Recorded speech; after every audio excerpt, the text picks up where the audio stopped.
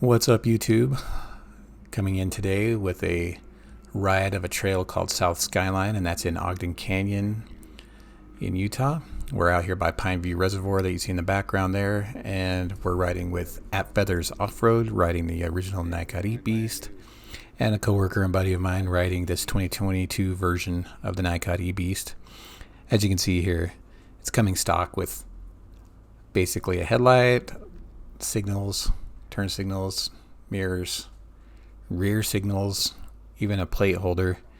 Basically everything you need to get this thing street legal right out of the box, which I think he's in the process of doing right now.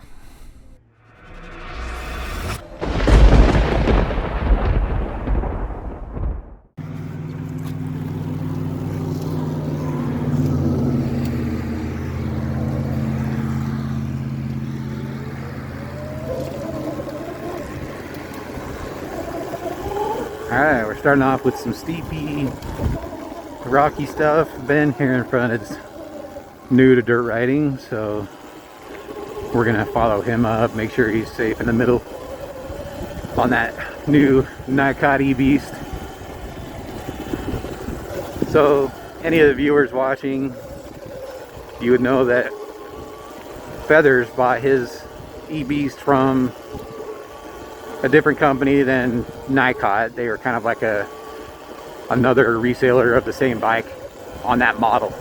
But Frank at Nikon is now like branched off and doing his own thing. And when I bought mine, I bought him from the same company that Feathers bought his from.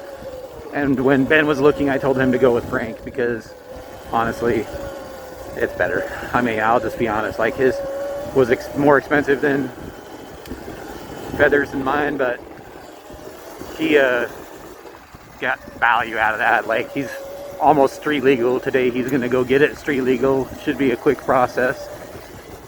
I'll do a follow-up update on that, but yeah, he's basically ready to go. It came with the signals and everything you need. Has a smooth transmission compared to the other bike. It feels more powerful, even though it's really not. It's just smooth delivery. I think it has a bigger rear sprocket than Feathers in my eBeast. And you know I'm still riding the Sur-Ron because I'm selling the eBeast, so I plan on getting the Surron at some point. Probably 8.5 kilowatt with a new controller. Things like that.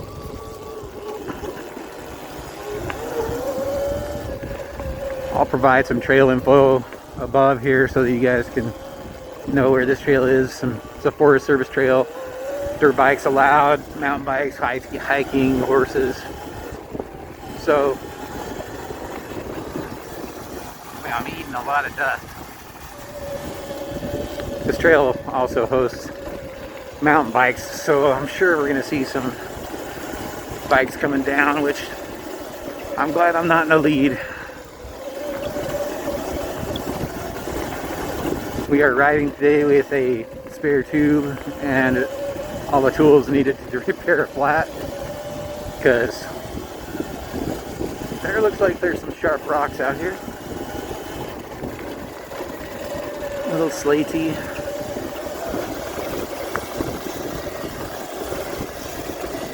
The new foot pegs are super grippy, like holy shit, what a difference.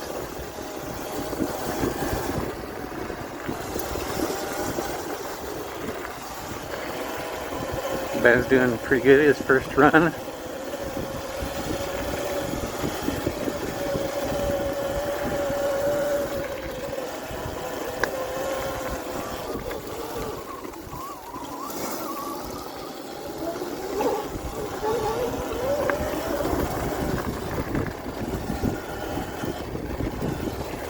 Kind of a cool looking trail.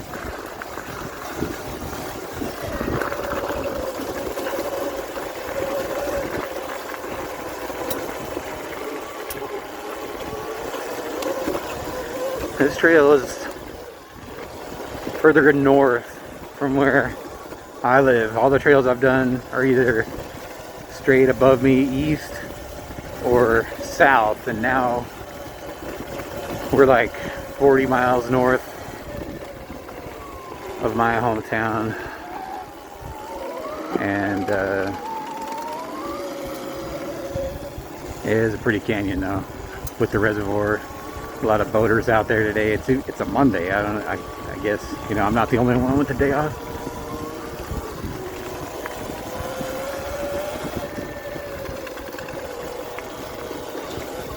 It was at this moment that he knew he fucked up. Oh boy, this is bad. That's bad. Are you all right? Yeah. Whiskey throttle? Yeah. Hang on, let me get Chris.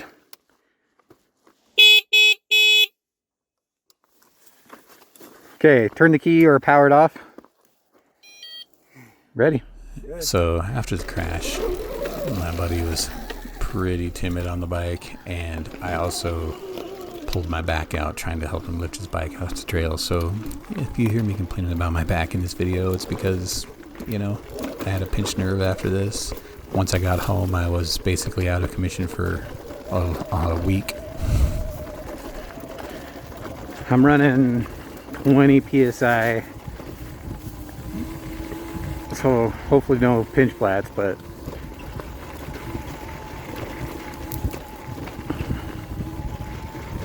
I convinced Ben on this new knee cot. Here's another difference between the knee cot and the eBeast that Feathers and I got. His bike came with rim locks and ours did not. So, and you know, it's just nice, you know, that the bike gets to you in a way that you're like, you don't have to already take it apart or worry about flats. Like Feathers and I went on a Moab trip. If you've been to his channel, we rode his knee cot. This is before I got the Sur-Ron or anything, and we popped the tire twice, and it was valve stem stuff because it didn't have a rim lock. So he got rim locks. I actually pre-ordered rim locks for my eBeast before I ever got the Surron, so I'll just donate those to whoever buys my eBeast. I also got some handguards I'm throwing in with it, so I'm trying not to watch Ben here in front of me and watch the trail, but oh, my back is killing me. Tail light is about to fall off. We'll have to look at that next time. Once we get to the peak, I can see all the screws are still there, so that part's good. Maybe Feathers has some zip ties or something in his bag.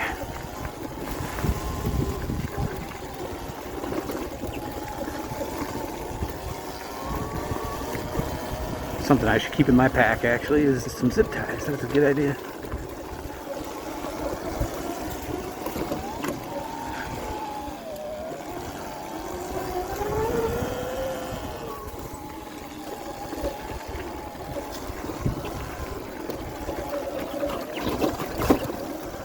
Yeah, I picked a shitty line right there. That's on me. I'm watching too much of Ben. I'm nervous for the poor guy, but that's alright. And my back is not letting me really concentrate all too well. Hopefully he's having fun now. Like, this trail's pretty fun. Don't know if he got caught on camera, but Ben said he's in EP mode this whole time. He's been in second gear, EP, and the eBeast still has enough to spin him out, whip him off the bike.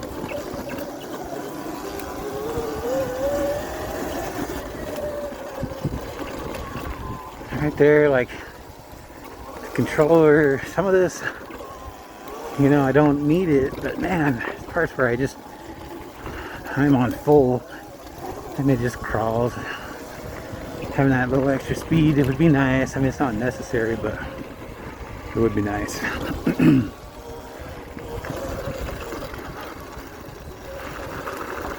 course, like where do I lose confidence in that too? It's too strong sometimes in this little technical area. Is that the case?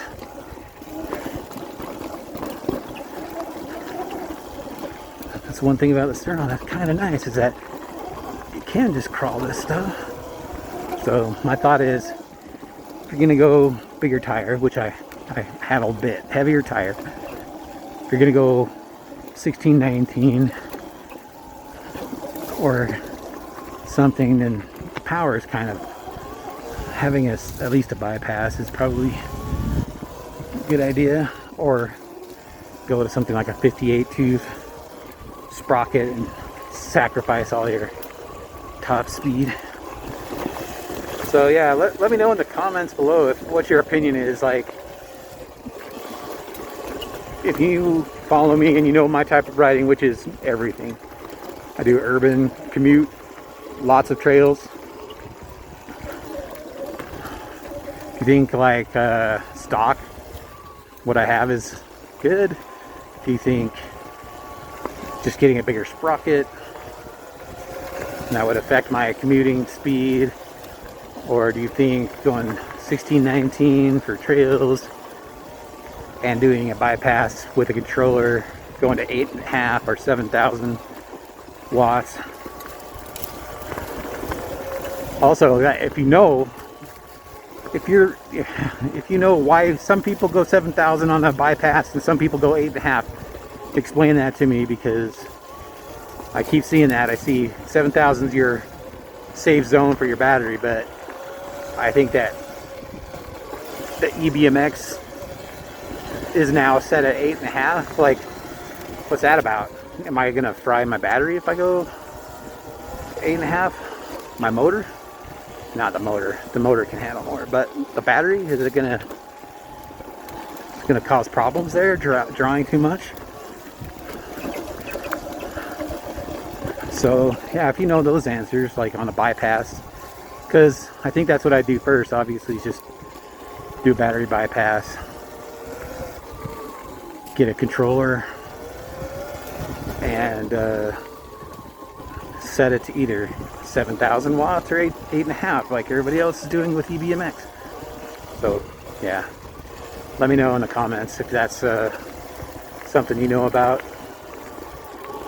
because I'm curious. I keep trying to figure it out, but obviously 1,500 more watts would be nice. And these guys on their 12 kilowatt with gears have incredible torque. I think on mine, I think my top speed in fourth gear is 50, maybe 60 in fourth. So that tells you kind of like what that first gear ratio, what that torque would be. And it climbs like crazy. So much. You got to be super careful. Second gear, kind of the all around, but I do love like just the single gear dual handbrake of the Surron. Another reason why I'm keeping it, just gonna beef it up, mostly because I can just take it anywhere. That's like the biggest reason. So yeah, you take the Surron. Yeah, everybody will say, oh, you spent so much money to beef it up, but I mean, yeah, these eBeasts come stock with all the power you need, and if you buy them local, you're still in it 6-7 grand, or you're waiting 7 months for shipment. 6-7 grand. That's a Surron with a controller, probably a new battery, wheel set, and you're going fast or faster than those bikes, and you can still put it on the train to commute, and you can still ride it around town and the neighborhood without a license or registration, because it still looks like a little bike. Controller I'm looking at would be the Co, and I'll tell you my reasoning behind it. Obviously, I have a friend. You've seen the other video I've already released about the Co Moto. Like, he's got the motor and the controller and the stock battery with no bypass, and it's nuts. But you can get everything out of the Co controller that you can get out of a back 8000, and you can configure it yourself. You want to change your mapping on the back, you have to send it in. But I mean, sure, they have got like better, you can swap between 72 and 60 now, which is nice on the egg rider, or sorry, back 8000s or back 4000s are also hard to find. Everything's out of stock. It's been a chill ride, like following Ben going slow is nice, just to have a chill ride. Plus my back is hurt, so it's like whatever. But yeah, so the co-controller, I was looking at their site and their mappings, and they have some out of the box ones that you can do with the motor, like the MX motor, the RS motor, different things like that. But you can literally get in the app on their website or on the app and customize every single value that I think that the eBMX people are doing on their back controllers. Plus the cheaper shipped than either of the backs by $100 or $200 or some shit. Why wouldn't I go with that? Like, they're super progressively making things better. They've got a new phone app that is looking really good, kind of like I can't think of who made the original app that looks really nice. Go with that. I do a bypass. Down the road, if I decide to get a battery, like a 60 volt high amp hour battery, you know, then I can unlock the power, the controller will be ready for it. I could customize that. If I decide down the road also that I want absurd amount of power, I can always just get the motor, the motor for another $1,000 or whatever, and do 30 kilowatt if I really needed to, or whatever else, because that motor's rated for it. Going with the co-controller just gives you kind of like a lot of untapped potential future upgrades if you wanted to. Plus customization on all your mappings or whatever you want to do on your own. With a huge support behind it too. They have a Discord channel where Ian and other guy are always helping people. My buddy that has it told me about his experience on their Discord, just super helpful. Like, they're up at 3 in the morning UK time helping people in America because they're that awesome and dedicated to it. So that part of it's rad.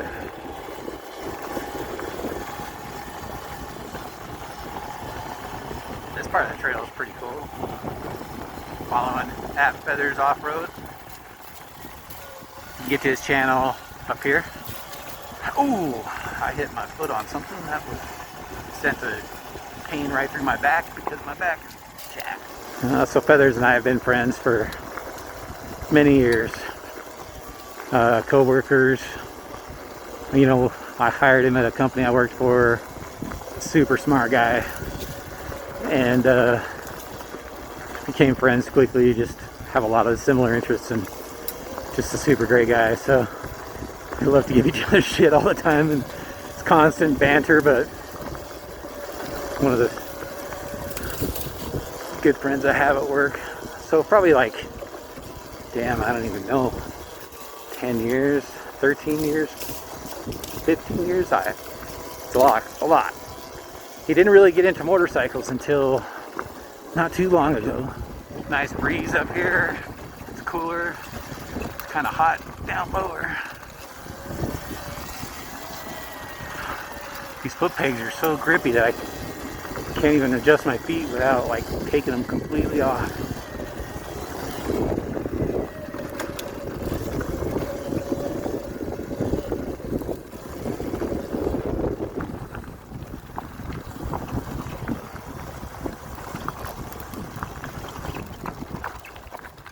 That's pretty. Alright, so on the ride down, I'll probably just play some music for you guys and focus on the trail. I've done all my talking.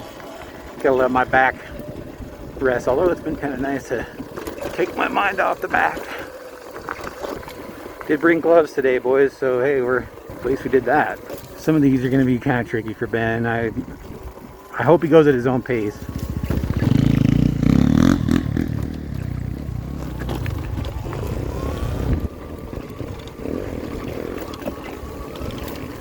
So around this time I started hearing a noise, a little squeaking, high-pitched thing, and I was trying to figure out what was going on, if it was my bike, and something interesting happened.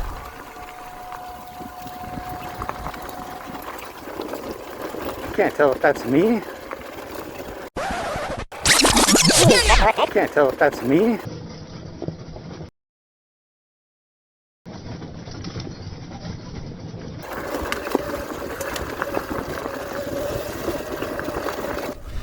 So yeah, feathers went off the trail. I had no idea. I was paying attention to my rotor squeaking and trying to figure it out. And even when I watched this replay back a few times, I didn't even notice him off the trail. So, my bad. The initial whirring is the regen. That is brake. My back brake. Probably from coming down that steep hill, now it's cooked a little bit. Stupid brake, Jesus.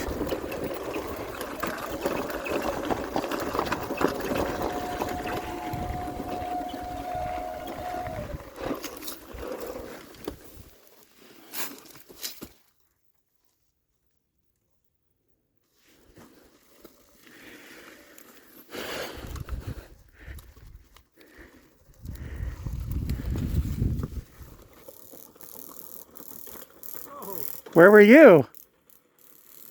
I was down in a tree and you just rode right past. Did you honk? Yeah. I couldn't even hear you. I could hear you talking to your camera right as you drove by.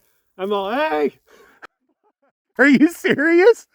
I'm all thinking like Feathers is in the fucking parking lot and I'm waiting for Ben. I'm all, Jesus.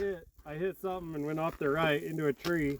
And I'm laying there upside down. My boots are in the air. I had no And idea. I'm like, oh, I think I was still recording. I'm like, oh, I should honk. And I'm like, honk. And then I see you coming by and you're like, doot, doot, doot, doot, doot, doot. And I'm like, fucking right here.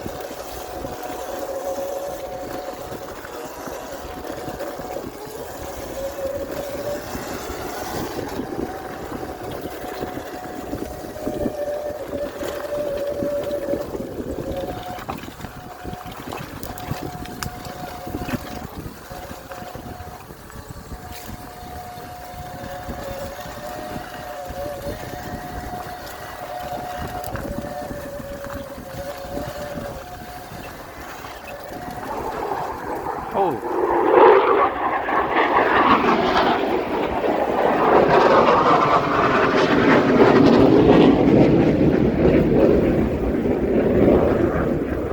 That's some F-16 fighter jets. We are really close to an Air Force base.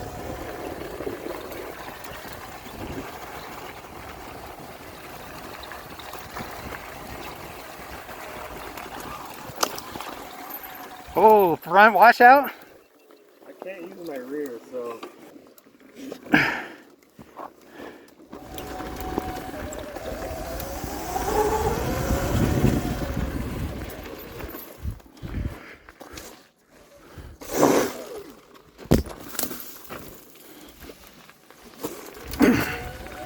He's coming.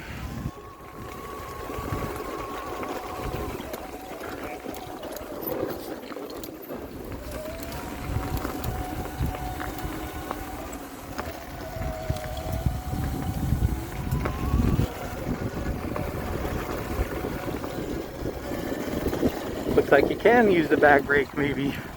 It's got a toe on that foot peg. Back brake is covering most of his foot peg. He can't stand up. It's either follow close or way back so you don't get dusted.